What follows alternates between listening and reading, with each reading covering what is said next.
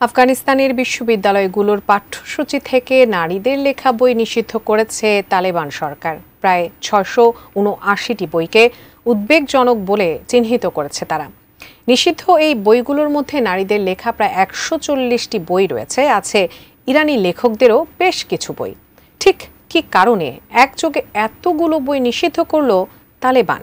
বিস্তারিত থাকছে lima সায়ন্তীর desk রিপোর্টে।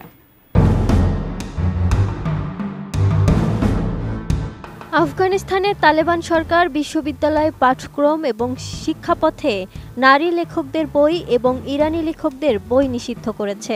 বিভিন্ন আন্তর্জাতিক সংবাদ মাধ্যমে উঠে এসেছে এমনই চাঞ্চল্যকর তথ্য।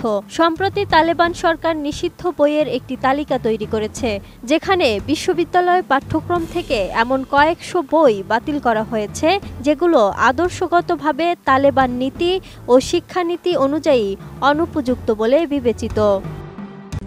RICL TMX, যুগের পর যুগ স্থাপনা থাকে মজবুত। এর মধ্যে প্রায় ৬৮০টি বই সমস্যাজনক হিসেবে চিহ্নিত করা হয়েছে, যার মধ্যে প্রায় ১৪০টি বই নারীদের লেখা। এছাড়াও ইরানি লেখকদের বা ইরানে প্রকাশিত বইও নিষিদ্ধ হয়েছে।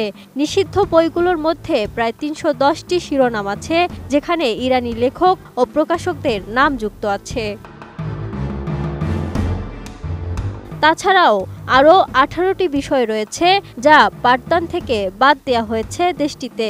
বাদ দেওয়ার তালিকায় লিঙ্গ এবং উন্নয়ন, নারীর সমাজবিজ্ঞান, মানবাধিকার, গণতন্ত্র সহ বেশ কিছু অধ্যায় বাদ দেওয়া হয়েছে। তালেবানদের কথায় এই বইগুলোর কিছু বিষয় আদর্শগত নীতি ও ইসলামিক মূল্যবোধের সঙ্গে বিরোধপূর্ণ। তাছাড়াও তালেবান সরকারের নীতি ও শিক্ষানীতির সাথে সঙ্গতিপূর্ণ নয়। এ বিষয়ে দেশটির শিক্ষার্থীরা বলছেন, পাঠ্যপুস্তকের এই পরিবর্তন শিক্ষা ও জ্ঞান চর্চার ক্ষেত্রে বড় ঘাটতি সৃষ্টি করবে। শিক্ষক ও বিশ্ববিদ্যালয় প্রশাসন বলছেন, এর বিকল্প বই বের করা কঠিন এবং মান বজায় রাখা যাবে কিনা তা নিয়ে সন্দেহ রয়েছে। এদিকে নারী লেখকদের জন্য এটি একটি বড় দমনমূলক পন্থা হিসেবে দেখা হচ্ছে, কারণ তাদের লেখাগুলো প্রায়ই বাদ পড়ছে শুধু লেখকের লিঙ্গগত বৈষম্যের কারণে। বিশ্লেষকদের মতে এসব নিয়মকানুন আফগানিস্তানের মানুষের দৈনন্দিন জীবনে নানাভাবে প্রভাব ফেলছে। বিশেষ করে কিশোরী ও নারীরা এসব নিয়মের কারণে সবচেয়ে বেশি ক্ষতিগ্রস্ত হচ্ছেন। ষষ্ঠ শ্রেণীর পর থেকে তাদের শিক্ষা গ্রহণ নিষিদ্ধ।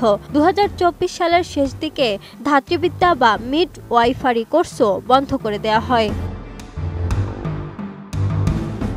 Lima Sayanti, desk report, ATN news.